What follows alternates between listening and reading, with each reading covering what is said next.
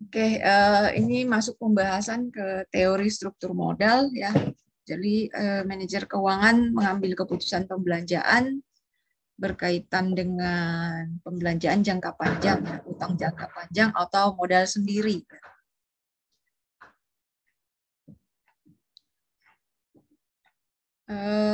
Teori struktur modal ini menjelaskan pengaruh perubahan struktur modal terhadap biaya modal, kemudian nilai perusahaan, dan harga pasar saham. Ya, berarti ini karena textbook sebenarnya lebih ke perusahaan terbuka ya, dengan berbagai pendekatan ya.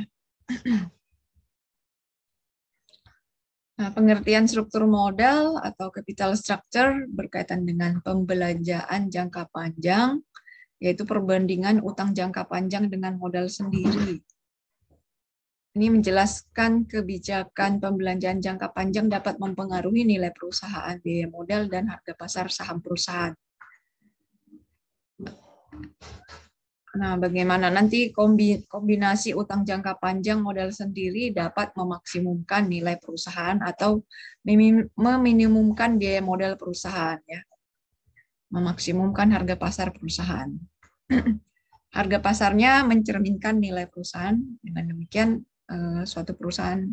nilai suatu perusahaan meningkat, maka harga pasar saham tersebut juga akan naik.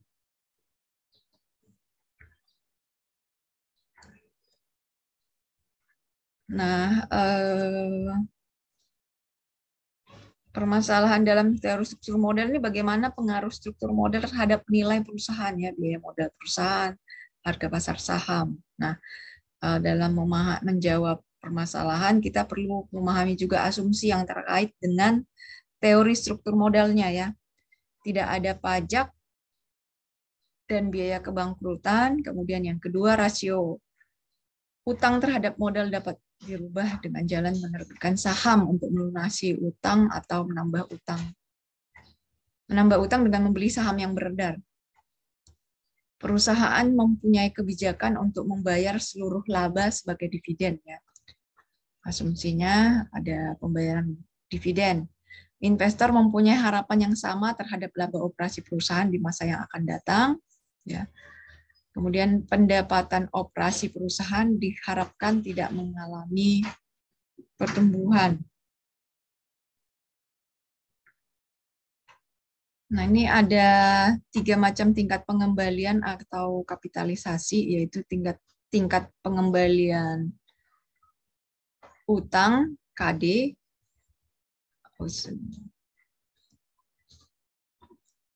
ini KI ya. Kemudian saham biasa, KE, efek. Kemudian nanti tingkat pengembalian perusahaan secara keseluruhan, KO. Jadi masing-masing KI ini tingkat pendapatan utang perusahaan ya, atau biaya modal utang, biaya bunga tahunan dibagi nilai pasar utang. Kalau yang tingkat pengembalian saham biasa, KE,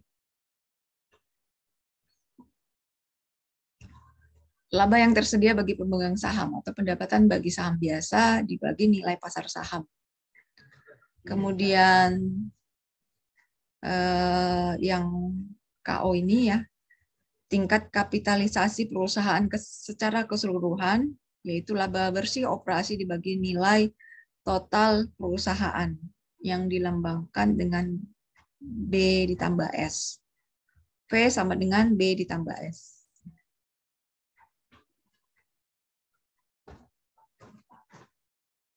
Nah, jadi kalau biaya modal perusahaan dengan biaya modal rata-rata tertimbang, nanti bisa kita jelaskan tingkat kapitalisasi perusahaan secara keseluruhan ya, biaya modal rata-rata tertimbang perusahaan, porsinya utang ya,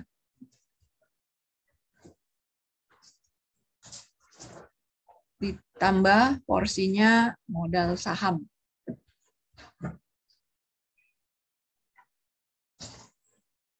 B bonds, yang ini stok ya. Stok itu saham, yang B-nya bonds.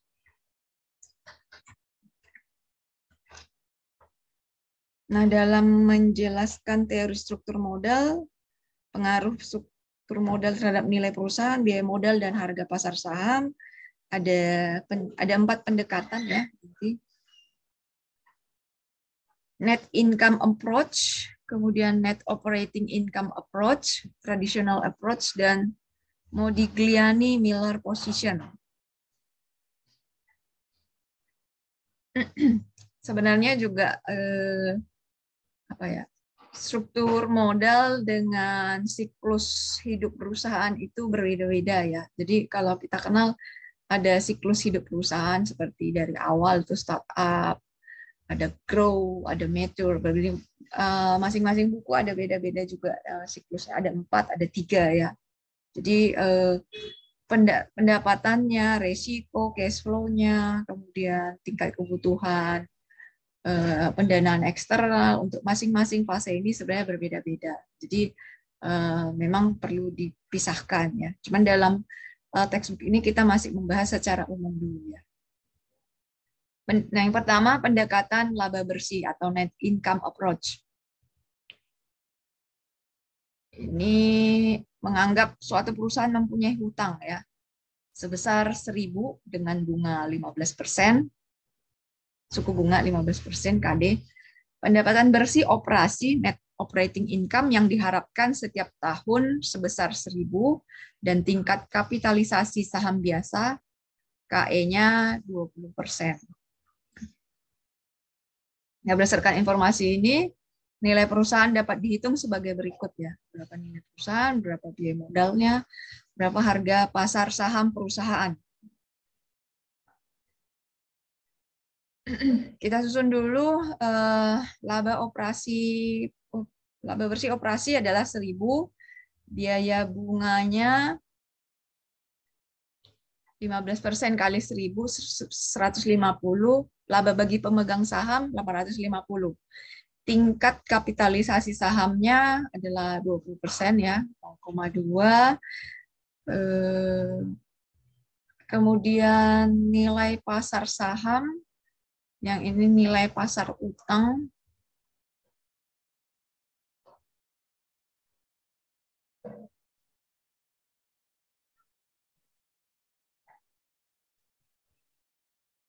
nilai pasar saham, nilai pasar utang ditambah nilai total sama dengan nilai total perusahaan.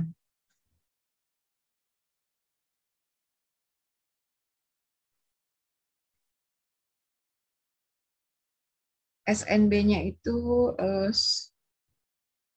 sudah ditentukan ya. Jadi nilai totalnya 5.250. Jadi kita bisa menghitung biaya kapitalisasi perusahaan atau KO-nya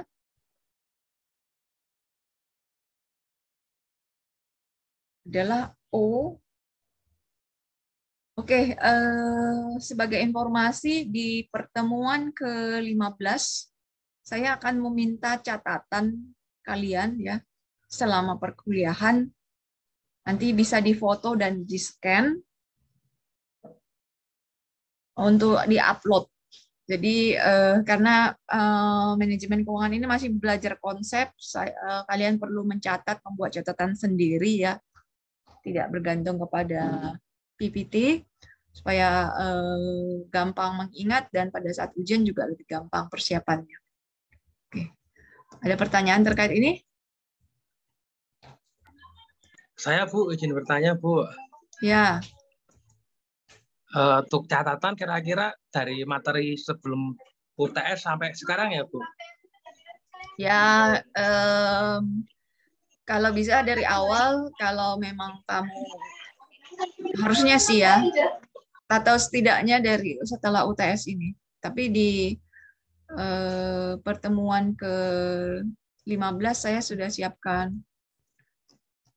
bahan uploadnya.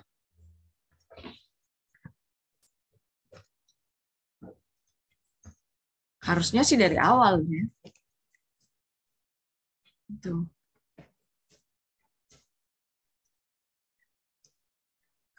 mau nanya lagi Bu, Ya, kira-kira poin yang dicatat apa aja? Apakah nanti dari Ibu ditentukan itu atau gimana Bu? yang buat catatan kan kamu. Iya Bu. Catatan sendiri. Oh iya. Mana yang penting-penting. Bukan Hmm, didikte ya. Catatan itu gunanya untuk kamu memahami materi kan, ya. Jadi membuat catatan, buat mind mapping, terserah gaya catatanmu gimana, dan itu harus tulisan sendiri. Terserah kamu buat catatannya di ini kan, itu namanya catatannya. Jadi catatannya, dan ini terkait konsep, sehingga perlu memahami konsep dan catatan itu mempermudah kamu memahami. Eh, ya karena baru saya info belakangan ini, jadi setelah UTS itu materi yang wajib ya. Sebelumnya udah ada catatan, nggak apa-apa dilampirkan. Begitu. Ada lagi yang mau bertanya terkait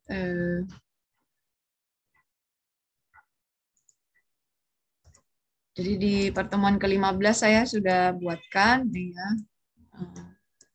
tulisan tangan nih.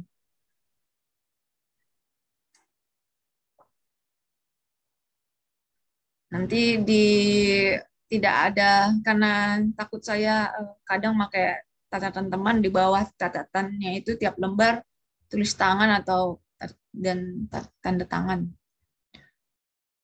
Takutnya sering kan ini sistem baik banget sama temennya ya. Nanti minta temannya minta catatan yang rajin, kemudian dia upload itu. Nah, semuanya harus punya tulisan di bawahnya, di bawah kanan kayak nama dan tanda tangan, nama atau parafnya.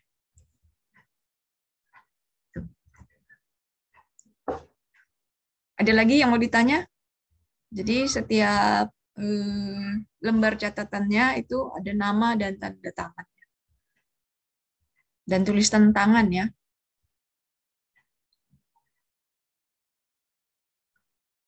Oke, saya lanjut lagi kalau nggak ada ya. Bu, mau nanya Bu, Nah, untuk catatannya itu nggak dibatasin kan, maksudnya kayak berapa lembar enggak, gitu kan, enggak. tergantung kita Namanya yang penting. kamu kan mencatat, kamu bikin mind mapping kayak atau note taking,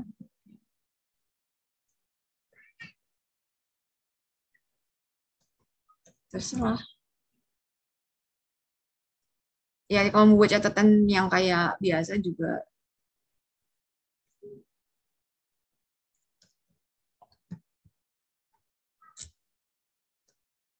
terserah. Kamu mau gambarin juga supaya lebih dipahamin, ya tapi sesuai dengan temanya ya. Mau diwarnain kayak.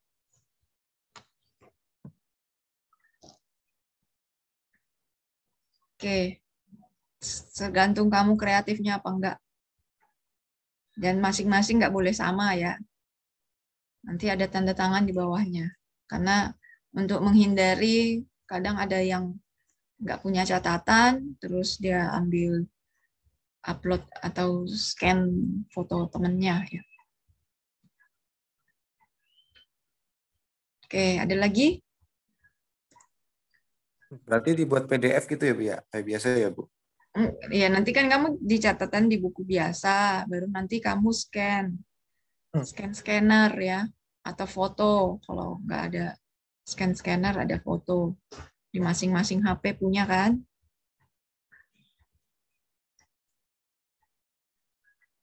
Tuh. Baik Bu. Jadi bentuknya bisa, kalau lebih bagus lagi dibuat PDF jadinya. Jadi kan memanjang gitu. Nggak mungkin kamu uploadnya kan satu file kan. Kan kalau beberapa lembar gitu kan biasanya dibuat dulu di bentuk PDF ya. Kalau JPEG gitu kan satu-satu lembar susah ya.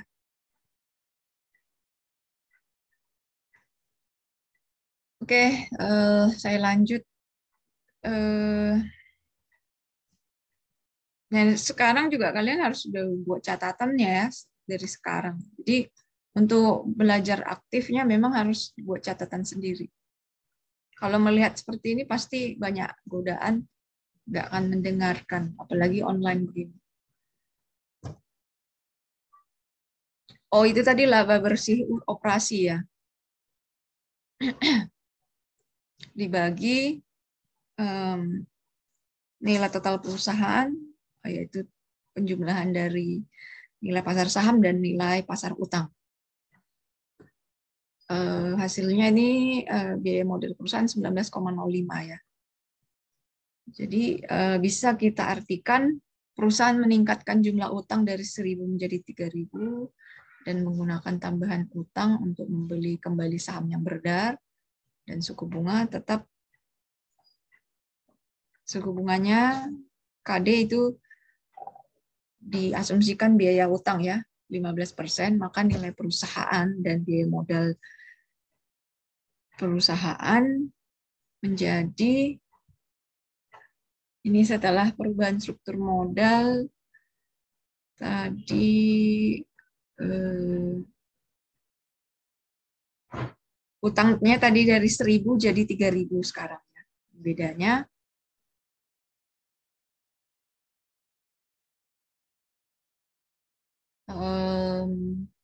tingkat kapitalisasi saham 0,2 ya. Nah, tadi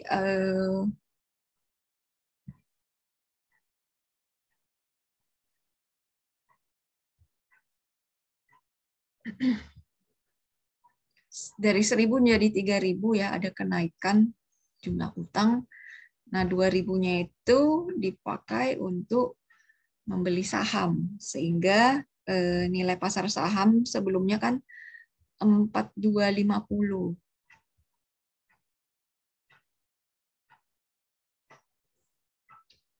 Sekarang 2.750. Dan pasar utang tadinya 1.000, sekarang jadi 3.000 ya. Untuk nilai total perusahaan jadi 5.750.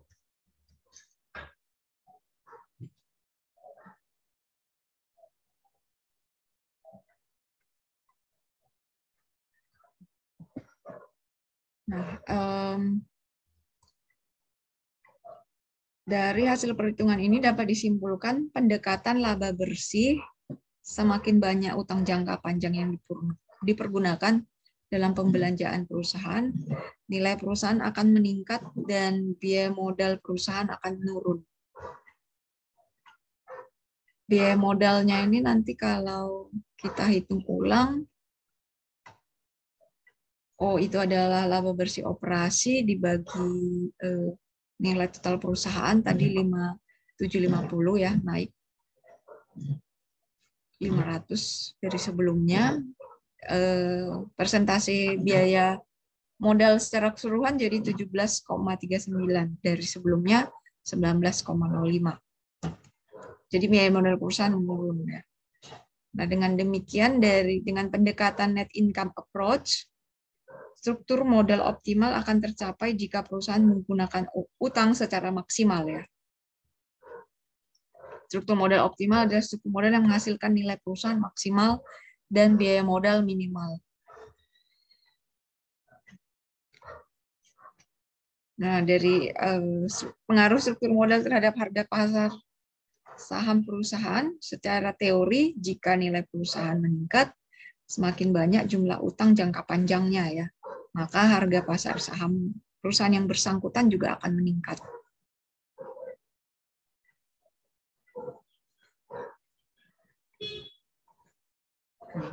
Jika mula-mula ya, ini jika mula-mula harga sahamnya 10 per lembar, jumlah saham yang beredar 425. 4.250 bagi 10. Apabila tambahan utang 2.000 dipakai membeli kembali saham yang beredar, maka jumlah saham yang bisa dibeli sebanyak 200. 2.000 bagi 10. Dengan demikian, setelah sebagian saham dibeli kembali, jumlah saham yang beredar tinggal 425 kurang 200, 225 lembar, dan nilainya 275.